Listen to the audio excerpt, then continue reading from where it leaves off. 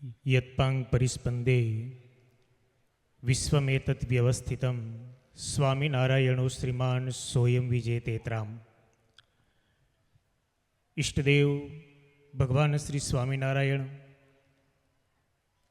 व्यासासनारूढ़ परम पूज्य सद्गुरु शास्त्री स्वामी विवेक स्वरूप दास जी स्वामी, मंचस्थ उपस्थित सर्ववंदनीय पूजनीय संतवृंद, सर्वे यजमान श्री वाला भक्तों ने भावथी जय स्वामीनारायण।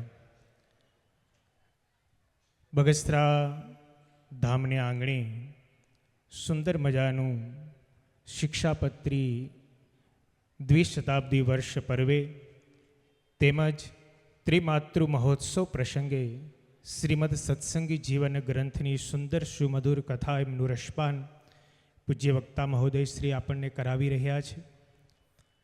સ્વામીએ કઈ રીતે માનવને માનવતાપૂર્ણ જીવવું જોઈએ તે વિશેની ખૂબ સુંદર વાતો કરી। શંકરાચાર્યજીએ લખ્યું છે, દુર્લભમ ત્રયમેવેતદ દેવાનુગ્રહ સંગ્રહિતમ મનુષ્યત્વમ મુમુક્ષુત્વમ મહાપુરુષ સંશ્રય। આ જગતની અંદર દુર્લભમાં દુર્લભ ત્રણ વસ્તુ છે। એક તો મનુષ્યત્વ દુર્લભ છે, માણસ હોય પણ માણસાઈ ન હોય તો એનું કોઈ મૂલ્ય નથી। કૂવો ભલે ગમે એટલો ઊંડો હોય પણ પાણી વિનાનો હોય તો એનું કોઈ મૂલ્ય નથી હોતું। સરોવર ભલે ગમે તેટલું મોટું હોય પણ પાણી ન હોય તો એનું કોઈ મૂલ્ય નથી હોતું। નદી ભલે ગમે તેટલી વિશાળ હોય પણ અંદર પાણી ન હોય તો એનું કોઈ મૂલ્ય નથી હોતું। એમ માણસ ગમે તેટલો રૂપવાન હોય પણ એની અંદર જો માનવતા ન હોય તો એનું પણ કોઈ મૂલ્ય નથી હોતું। એટલે માનવતા છે એ બહુ મહત્વનું છે। અને પૂજ્ય સ્વામીએ કથાની અંદર કઈ રીતે માણસે પોતાનું જીવન જીવવું જોઈએ, કઈ રીતે કુટુંબમાં, પરિવારમાં, સમાજની અંદર જીવન જીવવું જોઈએ એનો ખૂબ સુંદર રીતે અસ્ખલિત ભાષાની અંદર બહુ સુંદર ઉપદેશ આપી રહ્યા છે। એક ભિખારી ભીખ માગવા માટે નીકળ્યો। ઉનાળાનો ધગધગતો તાપ હતો, મધ્યાહનનો સમય હતો। શેઠ પોતાના થડા ઉપર બેઠા હતા। દુકાન બહુ મોટી હતી, દુકાનમાં 5-7 માણસો કામ કરનારા હતા, પણ મધ્યાહનનો સમય હતો, માણસો બધા જમવા માટે ગયેલા। શેઠ ભોજન કરી અને થડા ઉપર બેઠા છે। એવામાં ભિખારી ત્યાં આવે છે અને ભિખારીએ કહ્યું કે શેઠ થોડુંક પાણી પાવ ને, બહુ તરસ લાગી છે। શેઠ થડા ઉપર બેઠા હતા, જમીને તૃપ્ત થઈને બેઠા હતા, માણસો બધા જમવા માટે ગયેલા હતા।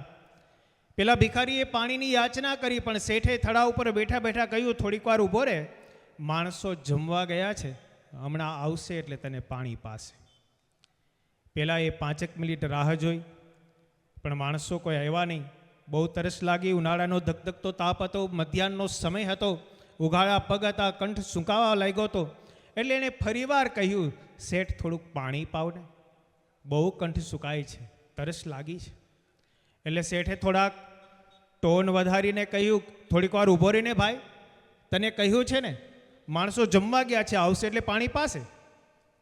થોડીક વાર પેલો ભિખારી ઊભો રહ્યો પણ હવે રહેવાનું નહીં। ઉનાળાનો ધગધગતો તાપ હતો, મધ્યાહનનો સમય હતો, કંઠ સુકાતો તો બોલાવાની શક્તિ ન રહી। એટલે એણે ત્રીજી વાર શેઠને કહ્યું શેઠ પાણી પાવને, બહુ તરસ લાગી છે। એટલે શેઠે કીધું તને કહ્યું નહીં ભાઈ, માણસો જમવા ગયા છે, આવશે એટલે તને પાણી પાશે। એટલે પેલા ભિખારીએ ધીરેકથી એટલું જ કીધું શેઠ તમે થોડીક વાર માણસ બની જાઓ ને। સમજાય છે? ભિખારીએ એટલું જ કીધું શેઠ તમે થોડીક વાર માણસ બની જાઓ ને। એ માણસ તો હતો જ પણ એનામાં માણસાઈ નહોતી। એ માણસાઈ વિનાનો મનુષ્ય છે ને એનું કોઈ મૂલ્ય નથી હોતું। જીવન ત્યારે જ સુદૃઢ બને છે જ્યારે જીવનની અંદર માનવતા આવે, અને માનવતા આવ્યા પછી જ્યારે મુમુક્ષુતા આવે, અને મુમુક્ષુતા દુર્લભ છે, અને એના કરતાં પણ મહાપુરુષનો સંશ્રય પ્રાપ્ત થવો એ દુર્લભ છે। અને જ્યારે મહાપુરુષનો સંશ્રય સંબંધ પ્રાપ્ત થાય ને ત્યારે એની અંદર મુમુક્ષુતા અને માનવતાના સદ્ગુણો પ્રાપ્ત થાય છે। આવા પવિત્ર સંતો જ્યારે આપણને પ્રાપ્ત થાય, એ મળે, એમના મુખ થકી સતશાસ્ત્રનું શ્રવણ કરીએ તો આપણા જીવનની અંદર માનવતા પ્રાપ્ત થાય. માટે પૂજ્ય વિવેક સ્વરૂપ સ્વામીને ખૂબ ખૂબ અભિનંદન છે કે જેમણે ત્રિમાતૃ મહોત્સવના માધ્યમથી ગૌ માતાનું મહત્ત્વ, માતા પિતાનું મહત્ત્વ અને ધરતી માતાનું મહત્ત્વ કઈ રીતે વૃદ્ધિને પામે, માનવતા કઈ રીતે સંસારની અંદર અને સમાજની અંદર પ્રસરિતપણાને પામે, એનો ખૂબ સરસ કોન્સેપ્ટ હાથમાં લઈ અને આટલી સુંદર કથાનું આયોજન કર્યું. એકવાર વિવેક સ્વરૂપ સ્વામીને પુનઃ આપણે તાળીઓના ગડગડાટથી વધાવીશું અને એમને લાખ લાખ અભિનંદન સાથે મારા વક્તવ્યને વિરામ અસ્તુ. જય સ્વામિનારાયણ.